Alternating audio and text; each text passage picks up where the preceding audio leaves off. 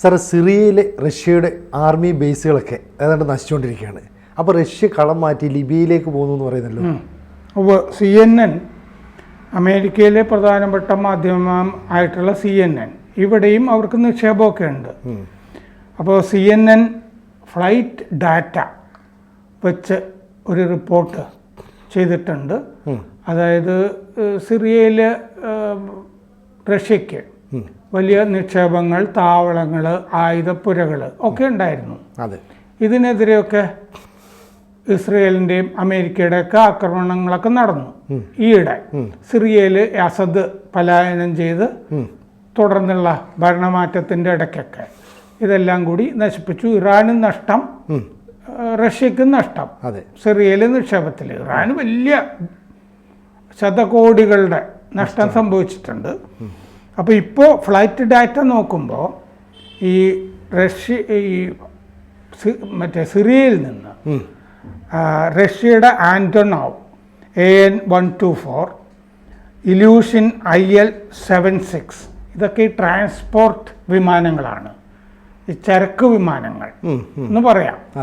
ചരക്ക് വിമാനങ്ങൾ എല്ലാ ദിവസവും സിറിയയിൽ നിന്ന് ലിബിയയിലേക്ക് പറക്കുന്നതായിട്ട് വ്യക്തമാവുന്നുണ്ട്. അപ്പോൾ ദിവസം ഒന്നിൽ കൂടുതൽ ഫ്ലൈറ്റുകൾ കാണുന്നുണ്ട്. അപ്പോൾ അതിൻ്റെ അർത്ഥം സിറിയയിൽ നിന്ന് താവളങ്ങൾ ലിബിയയിലേക്ക് റഷ്യ മാറ്റുന്നു എന്നാണ്. ലിബിയ ആഫ്രിക്കൻ രാജ്യമാണ്. അപ്പോൾ അങ്ങോട്ട് മാറിയാലും ഈ മെഡിറ്ററേനിയൻ ഉണ്ടല്ലോ, മധ്യധരണ്യാഴി കടൽ, അതിലുള്ള താല്പര്യം നിലനിർത്തണം എന്നാണ് റഷ്യ കാണുന്നത്. അത് സിറിയയിൽ ഇരുന്നാലും പറ്റുമായിരുന്നു. അപ്പോൾ ഈ മധ്യധരണ്യാഴി താല്പര്യം, ആഫ്രിക്കൻ താല്പര്യങ്ങൾ, ഇതെല്ലാം നിലനിർത്താനായിട്ട് ലിബിയയിൽ പോകാം. ലിബിയയും പക്ഷെ ഈ അരാജക അവസ്ഥയിലുള്ളൊരു രാജ്യമാണ്. 2 ഭരണകൂടങ്ങൾ അവിടെ ഉണ്ട്. ഒരെണ്ണം UN-ന്റെ ആഭിമുഖ്യത്തിലുള്ള ഒരെണ്ണമുണ്ട്, അല്ലാത്ത ഒരെണ്ണമുണ്ട്. ഒരു യുദ്ധപ്രഭു എന്നൊക്കെ വിളിക്കാവുന്ന ഒരാളുടെ, അയാളെ കൂടെ കൂട്ടിയിട്ടാണ് റഷ്യ ഈ പരിപാടികൾ ചെയ്തുകൊണ്ടിരിക്കുന്നത്. അപ്പോൾ ഈ ഡിസംബർ പകുതി മുതൽ ഈ ഫ്ലൈറ്റുകൾ, റഷ്യയുടെ ഫ്ലൈറ്റുകൾ സിറിയയിൽ നിന്ന് ലിബിയയിലേക്ക് സ്ഥിരമായിട്ട് പോകുന്നത് കാണാം. ഈ സിറിയയിൽ ഇത് ഉണ്ടായിരുന്ന വ്യോമത്താവളം പ്രധാനമായിട്ടും ഹമീമിം വ്യോമത്താവളമാണല്ലോ റഷ്യയുടെ. ഈ ഹമീമിം വ്യോമത്താവളത്തിൽ നിന്ന് ലിബിയയിലെ കിഴക്കൻ ലിബിയാണ് ഈ ഒരു യുദ്ധപ്രഭുവിൻ്റെ കയ്യിലിരിക്കുന്നത്. കിഴക്കൻ ലിബിയയിലെ അൽ ഖാദിം വ്യോമത്താവളത്തിലേക്കാണ് ഫ്ലൈറ്റുകൾ ചെന്നിറങ്ങുന്നത്. സിറിയയിലെ ഹമീമിൽ നിന്ന് ലിബിയയിലെ അൽ ഖാദിം വ്യോമത്താവളത്തിലാണ് ഇത്. ബംഗാസിക്കടുത്താണ്, ലിബിയയിലെ ബംഗാസിക്കടുത്താണ് ഈ വ്യോമത്താവളം, കിഴക്കൻ ലിബിയയിൽ. അപ്പോൾ ആ മേഖലയിൽ തന്നെ, മധ്യധരണ്യാഴി മേഖലയിൽ തന്നെ പുതിയ താവളങ്ങൾ, തുറമുഖങ്ങളൊക്കെ കണ്ടെത്തുക എന്നുള്ളതാണ് റഷ്യ ഉദ്ദേശിക്കുന്നത്. അപ്പോൾ 1 ദശകം ആയിട്ട് ഹമീമിം താവളം സിറിയയിലത്തത് ഉപയോഗിച്ച് വരുന്നുണ്ട് റഷ്യ. പിന്നെ ടാർട്ടസ് നാവിക താവളവും, അതായത് നാവിക എയർപോർട്ട്, അത് ഉപയോഗിക്കുന്നുണ്ട്. മധ്യധരണ്യാഴിയിലെയും ആഫ്രിക്കൻ ഓപ്പറേഷനുകളുടെയും ഒക്കെ ഒരു ഹബ്ബായിട്ട് ലിബിയ ഉപയോഗിക്കുക എന്നുള്ളതാണ് ലക്ഷ്യം. ലിബിയ നേരത്തെ പറഞ്ഞ പോലെ സംഘർഷങ്ങൾ നിറഞ്ഞ രാജ്യമാണ്. സിറിയയിൽ നിന്നുള്ള എയർ ഡിഫൻസ് സിസ്റ്റംസ് ഉണ്ടല്ലോ, വിമാനവേദ സംവിധാനങ്ങളൊക്കെ, മിസൈൽ തകർക്കുക, വിമാനങ്ങളെ തകർക്കുക തുടങ്ങിയ സംവിധാനങ്ങളൊക്കെ സിറിയയിൽ സ്ഥാപിച്ചതൊക്കെ അവിടെ നിന്ന് പറിച്ച് ലിബിയയിലേക്ക് കൊണ്ടുപോയിക്കൊണ്ടിരിക്കുകയാണ്. ഡിസംബർ 28-ന് ഒരു ആന്റോണോവ് സിറിയയിൽ നിന്ന് ലിബിയയിലേക്ക് പോകുന്നതിൻ്റെയൊക്കെ വിശദാംശങ്ങൾ ഇപ്പോൾ ഉണ്ട്. ഈ ആഫ്രിക്കയിലെ ഈ ആഫ്രിക്കയിൽ പല രാജ്യങ്ങൾക്കും സ്വന്തമായി പട്ടാളമൊന്നുമില്ല. അപ്പോൾ എന്ത് ചെയ്യുന്നു വെച്ചാൽ മേഴ്സിനറീസിന് റഷ്യ കൊടുക്കും, കൂലിപ്പട്ടാളത്തിന്, എന്നിട്ട് അവിടെ നിന്ന് കാശ് മേടിക്കും. ഇതാണ് നടക്കുന്നത്. അപ്പോൾ ആഫ്രിക്കയിലെ കൂലിപ്പട്ടാള പരിപാടിക്ക് റഷ്യക്ക് ഈ ഹമീമിം വ്യോമത്താവളമാണ് ഉപയോഗിച്ചിരുന്നത്. ഹമീമിം വ്യോമത്താവളത്തിൽ നിന്ന് ഭടന്മാരെ ആഫ്രിക്കൻ രാജ്യങ്ങളിലേക്ക് കൊണ്ടുപോയി കാശ് മേടിക്കുക എന്നുള്ളത്. സെൻട്രൽ ആഫ്രിക്ക, സുഡാൻ ലിബിയ, മാലി, ബുർക്കിന ഫാസോ തുടങ്ങിയ രാജ്യങ്ങളിലേക്കൊക്കെ ഇങ്ങനെ കൂലിപ്പട്ടാളത്തിനെ അയച്ചു കൊടുക്കുന്നുണ്ട് റഷ്യ. എന്നിട്ട് കാശ് മേടിക്കുന്ന പരിപാടി. അവിടുത്തെ ഭരണകൂടത്തിന് വിമത സേനകളിൽ നിന്ന് പ്രൊട്ടക്ഷൻ കൊടുക്കുക എന്നുള്ളതാണ് ഉദ്ദേശിക്കുന്നത്.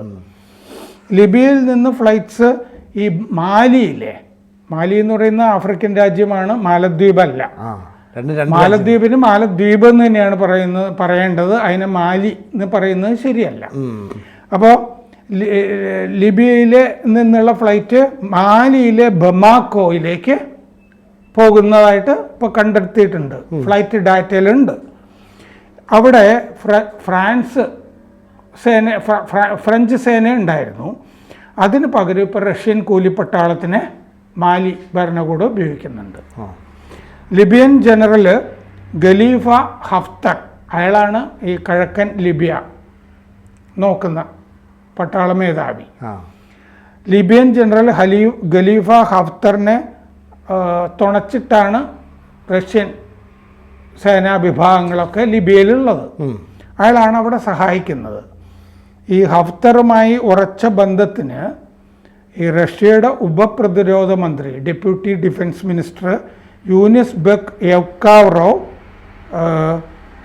അവിടെ അടുത്ത കാലത്തൊക്കെ പോയിരുന്നു ചർച്ച നടത്താനുമൊക്കെ. അവിടെ ലിബിയയുടെ തുറമുഖം കൂടി കിട്ടിയാൽ കൊള്ളാം എന്നൊരു ചർച്ച റഷ്യ നടത്തുന്നുണ്ട്. ഇയാളുമായിട്ട് ഖലീഫ ഹഫ്തറുമായിട്ട് നടത്തുന്നുണ്ട്.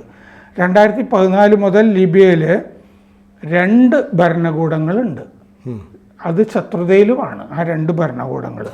ഒന്ന് ഐക്യരാഷ്ട്രസഭയുടെ തുണയുള്ള നാച്ചുറൽ യൂണിറ്റി GNU ഭരണകൂടം, അത് പടിഞ്ഞാറ് ഭാഗത്ത്. കിഴക്ക് ഭാഗത്തൊരു പ്രതിനിധി സഭയുണ്ട്. അത് ആണ് കിഴക്കൻ സർക്കാരാണ് യുദ്ധപ്രഭുവായ ഹഫ്തറിൻ്റേത്, റഷ്യയുടെ കൂടെ നിൽക്കുന്നത്. അയാൾക്ക് സായുധ ഗ്രൂപ്പുകൾ സ്വന്തമായിട്ടുണ്ട് അയാൾക്ക്. റഷ്യ മാത്രമല്ല, തുർക്കിയും ഇടപെടുന്ന സ്ഥലമാണ് ലിബിയ.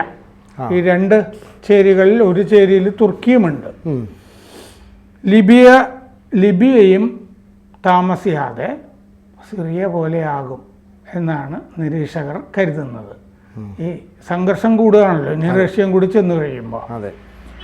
അപ്പോൾ നാറ്റോയ്ക്ക് ലിബിയയിലെ ഈ സാഹചര്യം വെല്ലുവിളിയായിരിക്കും റഷ്യയും കൂടി അങ്ങോട്ട് ചെല്ലുമ്പോൾ. കാരണം തുർക്കി നാറ്റോയിലാണെങ്കിലും സ്വതന്ത്രമായ നിലപാടുകൾ എടുത്തുകൊണ്ടിരിക്കുകയാണ്. നാറ്റോയ്ക്ക് വെല്ലുവിളിയായിട്ട്. അത് ഒക്ടോബർ 7 ഹമാസ് ആക്രമണത്തിന് ശേഷം ഹമാസിന്റെ കൂടെയാണ് തുർക്കി. ഞങ്ങൾ ഗാസയെ സംരക്ഷിക്കും എന്നൊക്കെ പറഞ്ഞിട്ട്, നാറ്റോയുടെ കൂടെയല്ല. അപ്പോൾ യുക്രൈനിലെ യുദ്ധം കാരണം ബോസ്ഫറസ് വഴി റഷ്യൻ കപ്പലുകൾക്ക് പോകാൻ പറ്റില്ല. അപ്പോൾ അതുകൊണ്ട് അതിൻ്റെ കരിങ്കടൽ വ്യൂഹം, ബ്ലാക്ക് സീ, റഷ്യയുടെ കരിങ്കടൽ കപ്പൽ വ്യൂഹത്തിന് മധ്യധരണ്യാഴി നിർണായകമാണ്. അപ്പോൾ നാവികത്താവളം ലിബിയ ആയാൽ നല്ലതാണ് മധ്യധരണ്യാഴി ഓപ്പറേഷനുകൾക്ക്. റഷ്യൻ വിമാനങ്ങൾക്ക് ലിബിയയിൽ എത്തണമെന്നുണ്ടെങ്കിൽ തുർക്കിയുടെ എയർ സ്പേസ് ഉപയോഗിക്കണം. മനസ്സിലായല്ലോ? തുർക്കി വഴിയേ റഷ്യക്ക് ലിബിയയിലേക്ക് പോകാൻ പറ്റുള്ളൂ.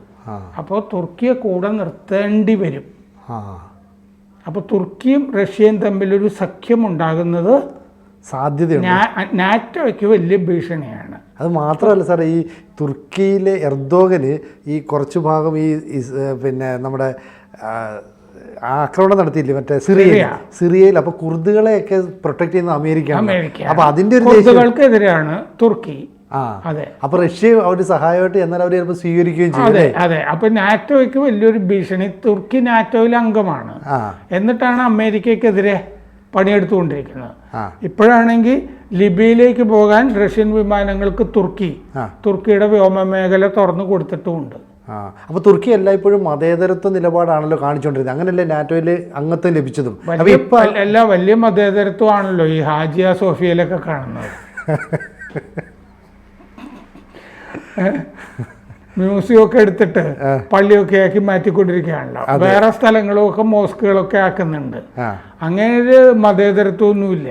അങ്ങനെ ഒരു മത തീവ്രവാദിയാണ്. അങ്ങേർക്ക് തുർക്കി തുർക്കിക്കില്ല എർദോഗന് ഇപ്പോൾ ഇസ്ലാമിക ലോകത്തിലെ ഖലീഫയാകണം, പഴയ ഒട്ടോമൻ സാമ്രാജ്യം പോലെ അല്ലേ, സുൽത്താനാകണം, തുർക്കി സാമ്രാജ്യത്തിൽ ഉണ്ടായിരുന്ന പോലെ പഴയ തുർക്കി സാമ്രാജ്യം പുനഃസ്ഥാപിക്കണം എന്നൊക്കെയാണ് ആഗ്രഹം. അങ്ങനെയാണ് ഈ അമേരിക്കയെ വെല്ലുവിളിച്ചുകൊണ്ടിരിക്കുന്നത്. അങ്ങനെയാണെങ്കിൽ നാറ്റോയിൽ എത്ര കാലം തുർക്കി തുടരും എന്നുള്ള ചോദ്യം കൂടി ഈ സംഭവ വികാസങ്ങളിൽ നിന്ന് ഉയരുന്നുണ്ട്. കാത്തിരുന്ന് കാണേണ്ട ഒരു കാര്യം അതല്ലേ. അപ്പോൾ റഷ്യയുടെ ഒരു നിലപാട് ഏറെ നിർണായകമാണ്, അങ്ങനെ പറഞ്ഞുകൂടെ? ഇത് റഷ്യയുടെ നിലപാട് മാത്രമല്ലല്ലോ തുർക്കിയുടെ നിലപാടും. ഇപ്പൊ റഷ്യയുടെ കൂടെ നിൽക്കുന്നുണ്ട് ഈ കാര്യത്തിൽ. മറ്റേ സ്ഥലത്ത് ഹമാസിന്റെ കൂടെ നിൽക്കുന്നുണ്ട്. തുർക്കിക്ക് വേണ്ട കളികൾ കളിച്ചുകൊണ്ടിരിക്കുന്നുണ്ട്.